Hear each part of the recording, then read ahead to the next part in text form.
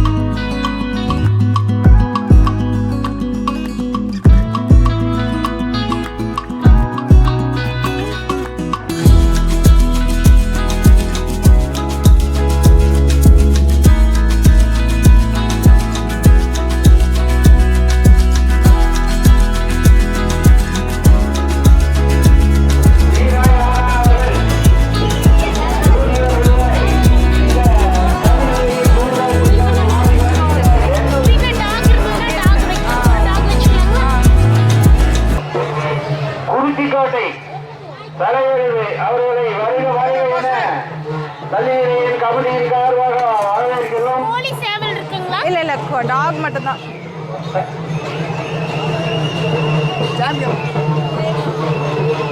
குறிச்சிக்கோட்டை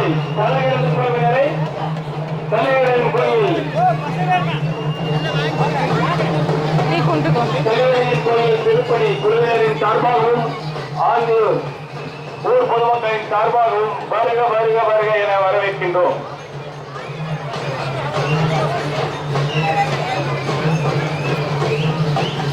இப்போ அதை எடுத்துகிட்டு போய் அங்கே வைக்கணுமாம்மா? எடுத்துக்கிறீங்களா அக்கா? எவ்வளோ? 100 அங்கே வச்சு இது வச்சதுக்கப்புறமா கண்ணு வைப்பீங்க? கண்ணு வச்சுட்டாரு, அதை வாங்க அவர் பூஜை பண்ணுவார். அதுக்கப்புறம் நீங்கள் அங்கே வச்சுட்டு போயிடலாம். ஓ சரி, தேங்க்ஸ்.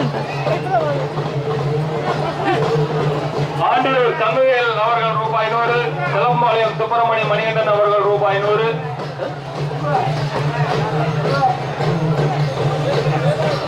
ஆண்டியூர் குரு அவர்கள் ரூபாய் 200,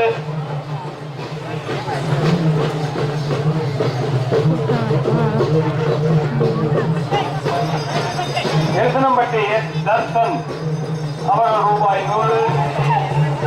பேர் சொல்லணுங்களா? அதில் பூஜை பண்ணுற சரி.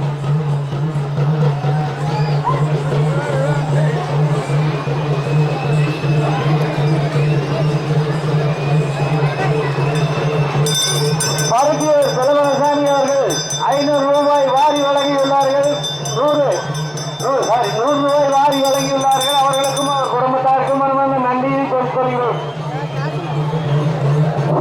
ஹலோ ஏப்பா அந்த ஆட்டோலாம் அடுத்த கோயிலை சுற்றிட்டு வெளியே வந்துருங்க. அப்பதான் அடுத்த மாடு வர்றதுக்கு வசதியா இருக்கும். இப்ப ஆட்டோங்க எல்லாம் கோயிலை சுற்றிட்டு வெளியே வந்துருங்க. அது எந்த ஊர் மாடு? அங்க நின்று இது உருவாரம் இங்கேயே இருக்குங்களா? அங்கேயே வச்சுக்கணும். ஜேபாளையம் மாடெல்லாம் வெளியே வந்துருங்க. போதும், சுத்திட்டு வெளியே வாங்க.